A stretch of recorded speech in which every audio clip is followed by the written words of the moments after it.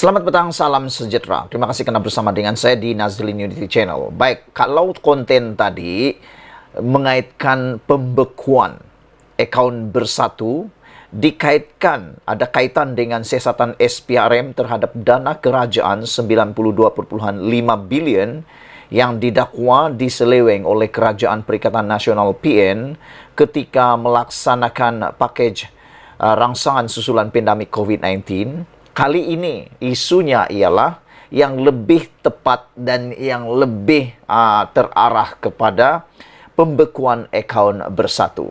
Saudara-saudara, menurut laporan dalam Malaysia kini, akaun bersatu dibekukan kerana derma RM300 juta. Ini daripada sumber yang amat boleh dipercayai.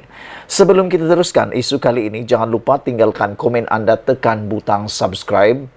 Dan tekan butang subscribe itu percuma. Baik, sebelum kita cerita tentang 300 juta derma yang dikaitkan dengan pembekuan akaun bersatu ini, kita ulang sedikit dulu sejarah tentang beku-membeku akaun ini. Anda masih ingat, Parti UMNO pernah dibekukan akaun mereka gara-gara siasatan SPRM terhadap 1MDB.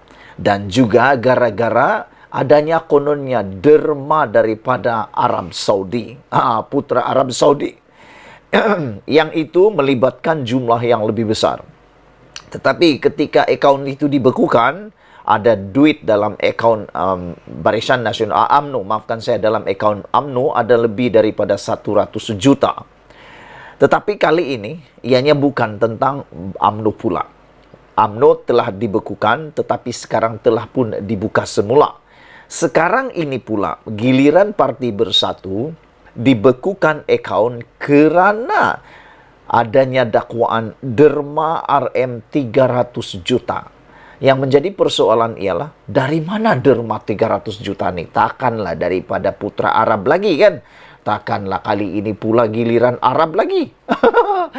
Ini memang lucu lah. Balik-balik derma. Itulah sebabnya saya sangat menyokong apabila ada ahli-ahli parlimen yang mengusulkan, bahkan ada NGO, aktivis-aktivis yang memohon dan mahu supaya dibentangkan satu rang undang-undang pendanaan politik yang lebih telus, yang lebih jitu, yang lebih detail, dan lebih terperinci, supaya pendanaan politik ini dapat dikawal dengan lebih baik. Contohnya, derma itu didetailkan. Kedua, dihadkan jumlah uang di dalam satu-satu parti, supaya tidak ada berlaku lagi seperti ini. Kalau lebih duit dalam had tersebut, contohnya dalam satu akaun itu hanya dibenarkan 100 juta untuk satu parti, lebih daripada itu perlu diisytiharkan melalui Bank Negara Malaysia, melalui SPRM, supaya ianya tidaklah terlalu mencurigakan. Anda setuju dengan saya? Kalau Anda setuju, tekan butang subscribe dan tinggalkan komen kamu. Yang hangat pada petang ini ialah apabila ada sumber mendedahkan akaun bersatu dibekukan kerana derma RM300 juta. Wah, soalan paling besar cepu emas untuk kita semua malam ini ialah, dari mana derma 300 juta itu? Siapakah gerangannya yang sangat baik hati dan kaya raya luar biasa ini? Dan dari mana gerangannya 300 juta ini? Dan untuk apa? Banyak gila nih, bukan sedikit nih bosku. Baik, sehari selepas mendedahkan akaunnya kepada umum, Suruhanjaya Pencegahan Rasuah SPRM memberitahu akaun berkenan sudah dibekukan agensi terbabit. Ketika dihubungi Malaysia kini, Ketua Pesuruhjaya SPRM Azam Baki mengesahkan pembekuan tersebut. Katanya akaun parti berkenan dibekukan pihak berkuasa sejak 2 minggu lalu bagi memudahkan siasatan yang dibuat mengikut Akta Pencegahan Pengubahan Wang Haram dan Pencegahan Pembiayaan Keganasan. Bagaimanapun, Azam Baki enggan mengulas lebih lanjut. Pada awalnya, pembekuan berkenan dipercayai ada kaitan dengan siasatan SPRM terhadap dana rangsangan kerajaan berjumlah RM92.5 bilion. semasa pandemik COVID-19 dan didakwa diselewengkan. Bagaimanapun, satu sumber memberitahu atau sumber SPRM yang enggan dikenali berkata, pembekuan dibuat bagi menyiasat dakwaan bersatu menerima sumbangan daripada kira-kira 10 kontraktor yang mendapat pelbagai projek semasa parti itu menjadi kerajaan. Sumber itu berkata, jumlah sumbangan itu disyaki berjumlah lebih 300 juta. Yang ini saya nak ulang balik.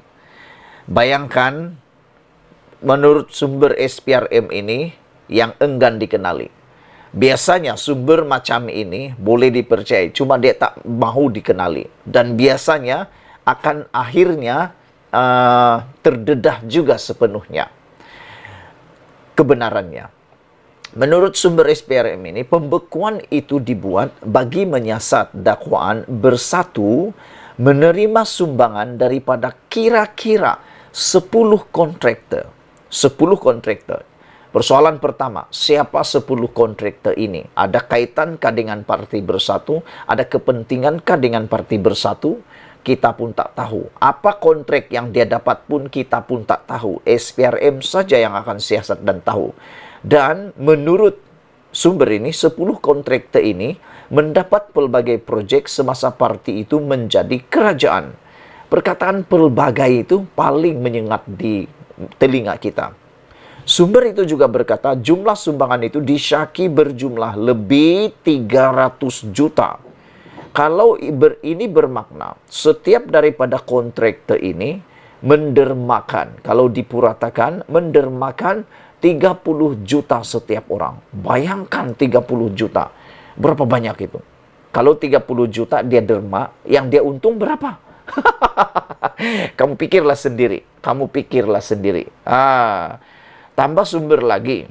Baki dalam 2 akaun bank bersatu ketika ini adalah sekitar 40 juta. Jadi bakinya ada 40 juta. Yang lain sudah guna ke? Tak tahu. Pada awal Januari lalu, SPRM menahan seorang ketua pegawai eksekutif sebuah syarikat swasta sebagai suspek dalam siasatannya. Ketua pegawai eksekutif itu disyaki menjadi orang tengah dalam pengagihan projek kerajaan di bawah pakej rangsangan ekonomi antara 2020 dan 2022. Individu terbabit kemudian didapati seorang ketua bahagian Bersatu.